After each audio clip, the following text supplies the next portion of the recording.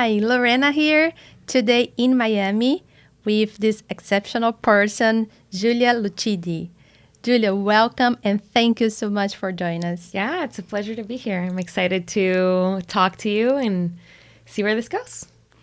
Julia is a dedicated professional who has spent the past 15 years working closely with entrepreneurs and fostering innovation in both the US and Latin America. Please, Julia, I would love know more about your journey. You've developed successful initiatives at organizations such as Endeavor Brazil, the Coca-Cola Company, Cambridge Innovation Center, and others. How have these experiences influenced your approach to your own projects? Well, first of all, thank you so much for having me here today. And I'm very excited to share a little bit about my own journey and how, as you asked right now, how has that impacted the way I lead my own company and professionally, right? So, ever since I feel like throughout your journey professionally, everything that you go through contributes to shaping you in some way, shape, or form. At times, even when you're going through it, you may not know it. And then when you look back, as we say, hindsight is 2020, and we see how much our professional journey impacts us. And very early on in my journey, I took a job at Endeavor in Brazil. So I'm Brazilian, and I was raised in the United States, mainly in Atlanta and also in Mexico City.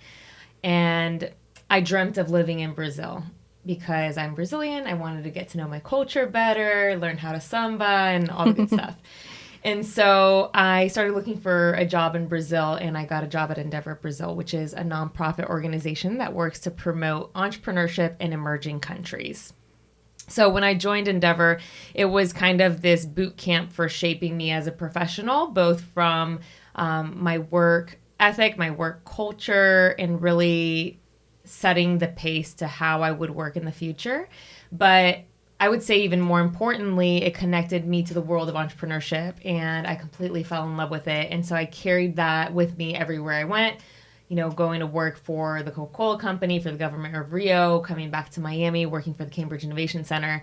And every space that I went to go work in, I learned a little bit of something different. So working for the government gave me a lot of perspective of what government goals and initiatives look like, how they're structured, how things move and move forward. And the same thing with the corporate world, right? And so having gone through nonprofit, for-profit, and government gave me a really holistic view of how to create programs and partnerships that benefit partners and their own interests as well. So I would say both from a cultural perspective, it helped me, like my career has helped me establish the way in which I'm going to work and my level of commitment professionally and how I see my projects, but also just the different point of views that I was able to gather from working in those diverse sectors. Great. I think that sometimes you think that to be an entrepreneur, you must have a company. But I think that it's a kind of behavior. And it seems like you have been always an entrepreneur, in kind of behavior. Because when you're talking about huge companies where you work at, it seems like your mindset was always like it, helping people, trying to build great things. So it's amazing. So I think that it was born with you. It's this kind of mindset. It's amazing, exciting to hear from you. Yeah, I would actually add a counterpoint to that. So I don't necessarily think that I was very entrepreneurial, like by nature. So a really interesting story. Whenever I joined Endeavor, I was almost fired. So Really? No. Yeah. Tell me more about it. Yeah, I was almost fired. Essentially, I had moved to Brazil, and it was a really tough transition. As much as I had Brazil in my home, spoke Portuguese at home, I had never lived in Brazil. And when you move to a different culture, there's a lot of different values, cultural aspect, communication aspects, and it was very difficult for me. I had depression for the first 10 months that I was there. I only saw that later on after I overcame the depression. And I was like, oh, wow, I was depressed. I didn't know that. I was really young. I was 23. And I was working at Endeavor. I got all my goals done. I met all the deadlines, met all, the objectives. And I was going in for my yearly review. And I remember my boss and the director of Endeavor Brazil came to the table and said, we want to have a conversation with you.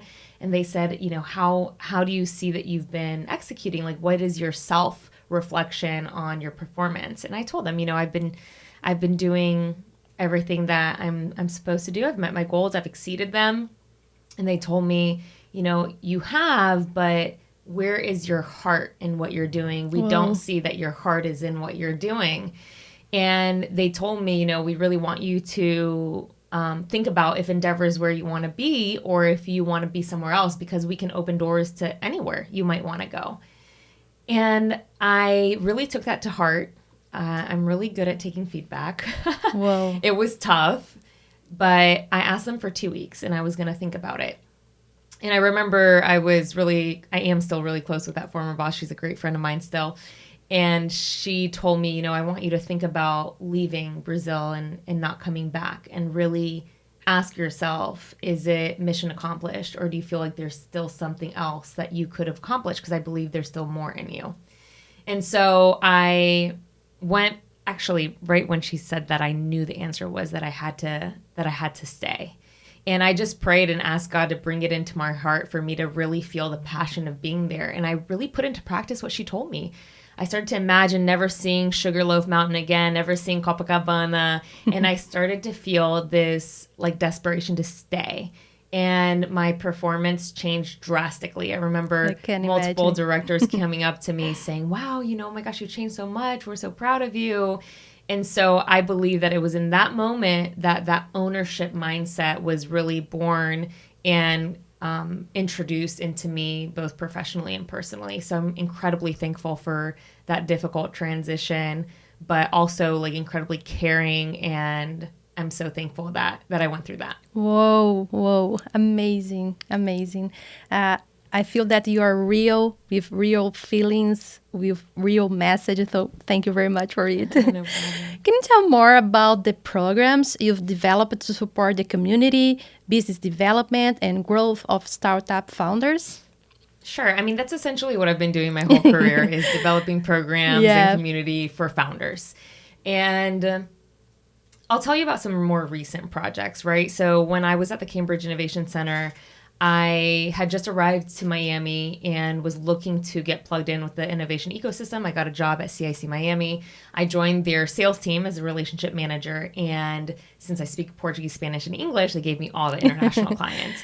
And even the Russian ones and the Canadian ones. They're like, well, since she already has the international ones, let's send them all to Julia, which was great because it gave me a really profound opportunity to talk to these clients and to get to know them at a deeper level and understand their pain points better.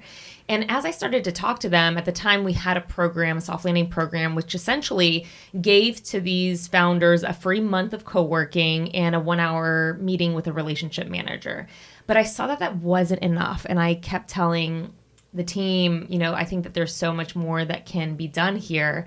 And my boss at the time, Brooke, she was super supportive and encouraged me to find what that solution was, right? And so I started to map out all the different needs that these entrepreneurs had. And it was everything from corporate formation, immigration, taxes, selling, pitching, relationship with investors, networking. And I started to build a curriculum of different workshops to address these needs in a much shorter period. So instead of them taking 6 months to network and figure out what they need, in 1 to 2 weeks, they were going through a program where they were introduced to each one of these topics, as well as the service providers or professionals that could help them take the next step. So I launched the program with, I believe the first cohort was 10 or 12 companies, and it was a total success. They reaped a lot of benefits from it. A lot of them came to the US and expanded their companies here and went on to be part of Endeavor or different accelerator programs here locally. And I then continued to deliver 7 cohorts within the span of 2 years, 100 founders, both in tech and life science. And it was a major accomplishment. I was then, promoted into the role of head of soft landing full time. And that was a tremendous project that I'm incredibly proud of doing. And it also allowed for me to exercise that entrepreneurial spirit, right? So whenever I transitioned into creating my company, Founder Tactics, which is focused on supporting entrepreneurs and entrepreneurial ecosystems, I already kind of had an understanding of what that journey would look like. And that's when I started to map out and understand what Fort Lauderdale needed, right? Because I live in that region and didn't want to drive all the way down to Miami. And so as I understood what, how many founders were there and what they were working on, and I saw that there was a need, it was a natural next step for me to create this tech meetup where founders could connect and, support each other. Because essentially what I've always told, not just founders, but community, I always would pitch and say, entrepreneurs are the loneliest people. They're always going through this alone. They need community. And all of a sudden I was in those shoes, in that place, feeling that loneliness, feeling the difficulty of starting my company by myself. And out of my own need, created the Fort Lauderdale Tech Meetup to support our community and essentially to have more of a space where I could meet other founders as well. Fort Lauderdale Tech Meetup, it's an amazing experience, much more than an event. It's, I would say, a great opportunity for all of us. Please tell more about how it works, and could you share more information, how often, where is it located? Yeah, of course. So the Fort Lauderdale Tech Meetup was launched in January of 2023, and it takes place once a month, and it gathers anywhere from 120 to 180 people every single month.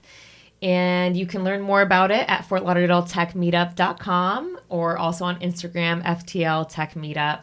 And you can follow us, see everything that's happening. It's open to everyone. It's focused on startup founders, mentors, and tech leaders. And it's free. It's open to the public. We work in a sponsorship model. So that's how I was able to make the Tech Meetup sustainable. And so we work with different brands that want to have visibility within this community to be able to sustain it, right? And also one of the things that I introduced into the Tech Meetup is this live directory. So the reason why I call it a live directory is because it's not a directory from 6 months ago. It's not a directory from people who aren't there. It's a directory exclusively of people who are present at the event. So each month we wipe the directory. It's wiped out clean. You can only add yourself to it if you're physically present there that night. And so the purpose of that is, I was meeting so many incredible people at the Tech Meetup, but there's so many more that I didn't meet or didn't know that was even there. People would come in and There were more than 100 people there the last time, night was, on Monday it was 160. Yeah, amazing. Congratulations, by the way. Really full. Thank you. It was awesome. And so the directory, on a really amazing networking night, maybe you talk to 15 people and you're like completely worn out. But there is 160 people there. Like, wouldn't it be nice to be able to map out and follow up with people through LinkedIn and say, hey, I saw you were at the Tech Meetup. I was too. Would love to connect, and allow for people to continue the conversation throughout the next month and in between meetups. Yeah, it's amazing. One thing that I found amazing is how you organize all the data, not only during the event, but after it. So you send emails and you follow all the participants after it. So it's amazing. Congratulations. Thank you. I think that you bring your personal touch. So bring the tag name and say, hey guys, let's talk with each other. So how you encourage that people who is participating of this event there to achieve their networking goals there? So I want to address kind of the personal touch, right? So for me, time is precious. My time is precious. Your time is precious. The fact that you left your home to come and meet me at the Tech Meetup, and your home is actually much further because you're in Brazil, it means the world to me. And I want to honor and respect your time as much as possible. So as soon as people come in the door, I want them to feel welcome. I want them to know they're in the right place. And I want to give them all the tools to make the most out of that evening. Because networking can be exhausting. I mean, for me too, like I'm an extrovert, but I also get very tired of networking. So why not make it the most for people? And I think that that's what really drives me at each meetup, and really through everything I do, I pursue the utmost excellence that is available to me. I always give it my all. Of course, nothing's perfect, but I do put my heart into it to be able to help people as much as possible. And a lot of people would ask me for like, who should I connect with? Can you make an introduction, or do you know this person? And so the directory facilitates that, right? So it's a way where you can actually, while you're at the meetup, even see who's there. And there's categories of, is it a startup? Is it an investor, a mentor, a corporation? And you'll be able to find the person there if you want to that night. Sometimes when we think about Florida, the first city that we think is Miami, but I would love to share more about Fort Lauderdale because it's an amazing city, and about the business, about the networking. Could you share more about the city itself, the opportunities there? Yeah, sure. So for people who don't know, Fort Lauderdale is about 45 minutes north of Miami. Yeah. And it has like a downtown. It has a lot of businesses, high rises. It has a waterfront. There's like a river that runs through it as well. So it has a lot of similarities when you talk about the like aesthetics of the city. And it also has a like access between what would be the Tri-County region, right? So when you look at the map of South Florida, you have Broward County. You have Miami-Dade County at the very bottom, where you have Miami, the city of Miami, and everything around it: Wynwood, Coconut Grove, Coral Gables. And then once you cross Aventura into Hollandale, you enter into Broward County, and Broward County has Fort Lauderdale, Dania Beach, Hollywood, and then past that, you have Palm Beach. So Palm Beach is where you have Delray, Boca, and a lot of people live in Broward and in West Palm. And actually, if you look at the GDP growth of Broward and West Palm, it is greater than that of Miami. Really? So there is like a huge market opportunity. Yep. And there's a lot of people, both investors, mentors, upcoming entrepreneurs, and tech talent that is in this region who, like me, had been driving down to Miami for years. And I'm always thinking, how do I drive less? How can I do more local? It's nice to just drive 20 minutes instead of an hour and a half through traffic, especially with how crazy traffic is in South Florida. Everyone knows that. So it's really a wonderful place to connect with a lot of different type of leaders as well.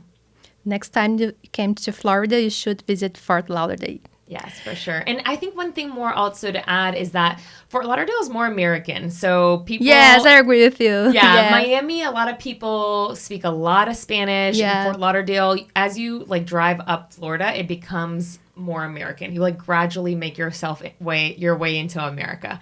And so if you want to be in a place where you're using more of your English, Fort Lauderdale is definitely a space that's going to require that more of you. It's also like a much calmer lifestyle. Like people drive a little bit nicer.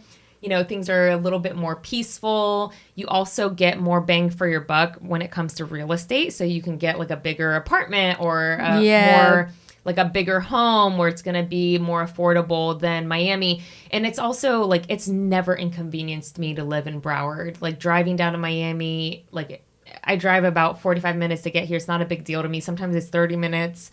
And I can also drive up to West Palm. So I think it's a really, really amazing spot to live and work. And I want to build it up to be even more incredible.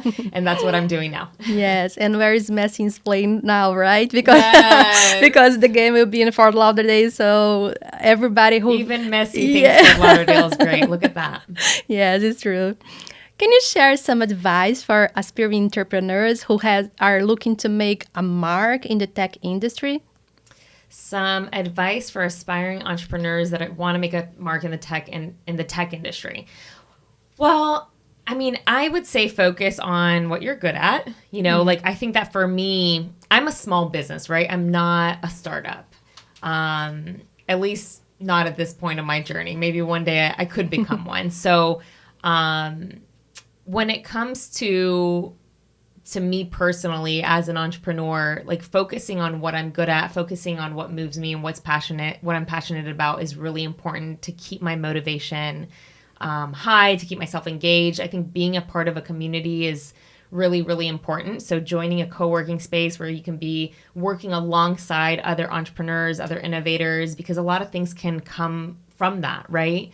So joining accelerator programs, incubator programs, talking to a lot of people, right? So if you want to build something and you want to build it for teachers, go find out where those teachers are and start talking to them, because I really believe that it's through collecting that sort of data and the human experience that you can have more ideas of how to create something of value. Yes, perfect. Let's talk about the future, please. Your upcoming projects. You mentioned about your podcast. So, could you share more about your projects, your future in terms of professional events or initiatives? Yeah, I mean, right now I'm going through a process with Founder Tactics, which is unlike anything I've ever been through before, right? So it's been a really organic process of kind of feeling out what I want to pursue and then committing to that, right? So one of the big things with the tech meetup for me is consistency. Like, I don't want to do it just once every 3 months, once every 6 months. I want people to know that every month, if I have a sponsor or not, I'm going to be there. Thank you for it. Yeah, we need it. We need it. I think consistency Yes. is one of the key things about community building, specifically when we talk about tech and the uprising of the tech community in Florida.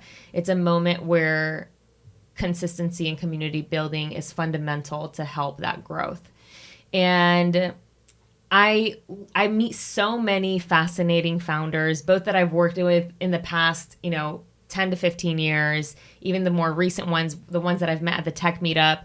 And I want to be able to magnify these stories. So that's why I'm pursuing my own podcast, which hasn't launched yet, but it will be launching very, very soon. It'll be Founder Tactics. And you can always check my website to see if I've launched it yet. But I'm excited to give more visibility and a bigger voice to these founders so that other people can also learn with other founders. So that's why I named my company Founder Tactics, is because I feel like so many people are often like trying to sell a solution to founders, but we can learn from each other. So, figuring out the strategies from other founders is the biggest hack, I think. And so I want to be able to bring that more to light. And yeah, I'm exploring some other avenues, nothing concrete yet, but I'm definitely in a moment where I'm figuring out what the future projects might look like. And it's just been so wonderful to see the Fort Lauderdale tech community come together. And I feel like I'm just really enjoying that right now. Amazing. Julia, thank you so much for joining us today. If you share a final message for our audience, please feel comfortable to say anything. And thank you not only for being here today, but for everything that you have been doing for our community. It's amazing. It's amazing what we are doing. So thank you very much for it. Yeah, my pleasure. I think I'll share a quote that I saw on one of the entrepreneurs that I interviewed on his LinkedIn. He had put, when you realize that all the things that surround you, that exist around us, was just created by ordinary people, you'll realize that you're much more capable and that everything's at your reach. So don't be afraid to take a step, to take the risk, and to dream big and make things happen. Amazing. Thank you very much. Welcome.